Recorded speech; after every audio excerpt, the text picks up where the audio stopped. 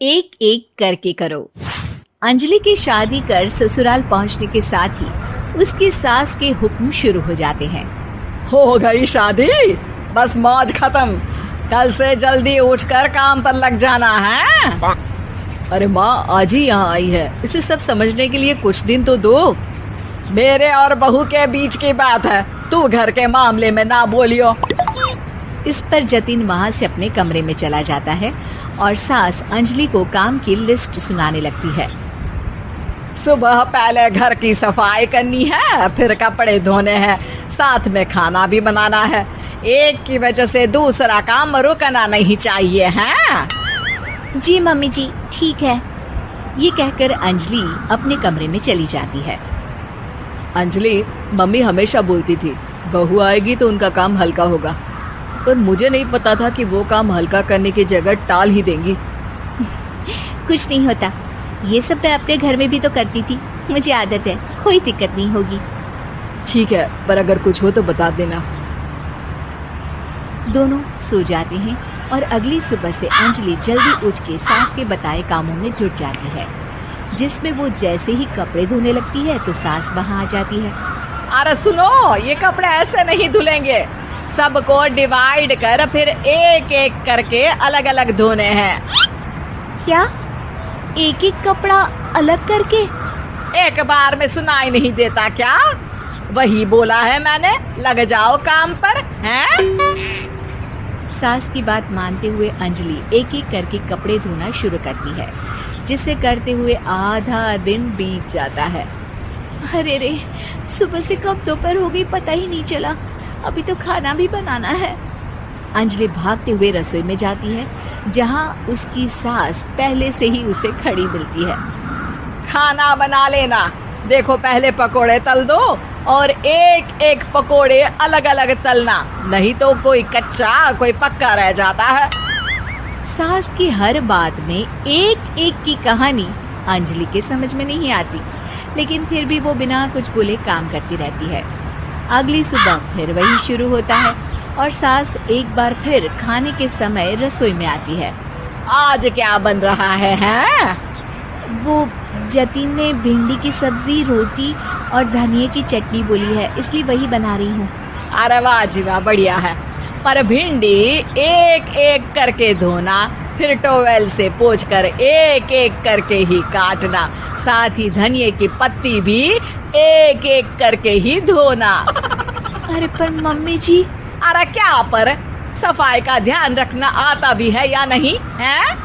मैं ये सब सबकी हेल्थ के लिए ही तो कर रही हूँ ना, और तुम अर पर करती रहती हो हैं? सास की बातें सुन अंजलि हैरान रह जाती है। मैं तो सिर्फ सोचती थी कि जानबूझकर मेरा काम बढ़ाने के लिए ये सब करती हैं, पर ये तो काम बढ़ाने के साथ परेशान भी करना चाहती हैं। मैंने इनकी कौन सी बहस खोल दी जो इतनी दुश्मनी निकाल रही हैं? अब क्या करूं? अब अंजलि सास की बातों और हरकतों के बीच फंस जाती है। काम के लिए मना भी नहीं कर सकती, नहीं तो जाने कौन सा ड्रामा खड़ा कर दे। पर अंजलि, तुझे कुछ तो करना पड़ेगा। इतनी देर में जतिन भी वहां आ जाता है। अरे कौन ड्रामा खड़ा कर रहा है और क्या करना पड़ेगा? जतिन की बात सुन अंजलि सोच में पड़ जाती है। इन्हें सच बताऊं या नहीं? पर अगर ये गुस्सा हो गए तो? वैसे भी अपनी माँ से बहुत प्यार करते हैं, फिर उनके खिलाफ कुछ सुन कैसे लेंगे? अंजलि ये सब सोच ही रही होती है कि जतिन फिर बोलता है। अरे क्या हुआ, कहाँ खो गई? अरे नहीं कुछ नहीं, वो मैं टीवी सीरियल के बारे में सोच रही थी। यहाँ और कौन ड्रामा करेगा? अरे तुम भी ना, चलो मैं चलता हूँ। इसके बाद कुछ दिनों तक अंजलि सास को सबक सिखाने के लिए अलग अलग प्लान सोचती रहती है, पर उसे सास के एक एक करके काम करवाने की आदत बंद करने का कोई तोड़ नहीं मिलता। अगर ऐसे ही चलता रहा तो कहीं मैं एक दिन अपने सिर के बालों को भी एक एक करके सुलझना ना शुरू कर दूं। पगली हो गई है क्या? अकेले में क्या बड़बड़ किए जा रही हो? वैसे आज खाने में क्या है? आलू की सब्जी।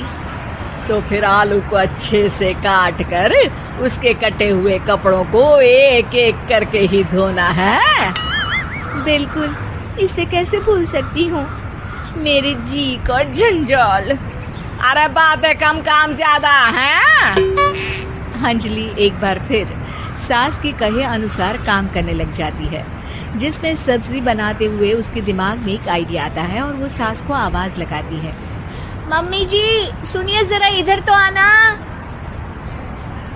अंजलि की आवाज सुन सास रसोई में आती है। अरे क्या हुआ, क्यों गला फाड़ कर चिल्ला रही हो? कुछ नहीं, वो सुबह कपड़े धोने की जल्दी में नहाई नहीं थी और अब शाम की पूजा भी करनी है, तो आप जरा सब्जी देख लीजिए ना, तब तक मैं नहा कर आती हूँ। अंजलि सास को रसोई में छोड़कर नहाने चली जाती है। इसी तरह देखते देखते 4 घंटे बीत जाते हैं, लेकिन अंजलि बाथरूम से बाहर ही नहीं निकलती, जिसे देख सास उसे आवाज लगाती है। अरे बाथरूम में ही समाधि लगा ली क्या? यहाँ सब्जी बनकर ठंडी भी हो गई और अभी तक तेरा नहाना खत्म नहीं हुआ। मम्मी जी जैसे आप कहती हैं ना, मैं वैसे ही एक एक करके अपने बाल शैम्पू कर रही हूँ। तो अभी 3 घंटे और लगेंगे, तब तक काम और जतिन को खाना सर्व करना आप संभाल लेना। इस तरह अपने नहले पर बहू का दहला देख सास शॉक्ड रह जाती है, जिसके बाद से घर में एक एक करके करने का आलाप बंद हो जाता है।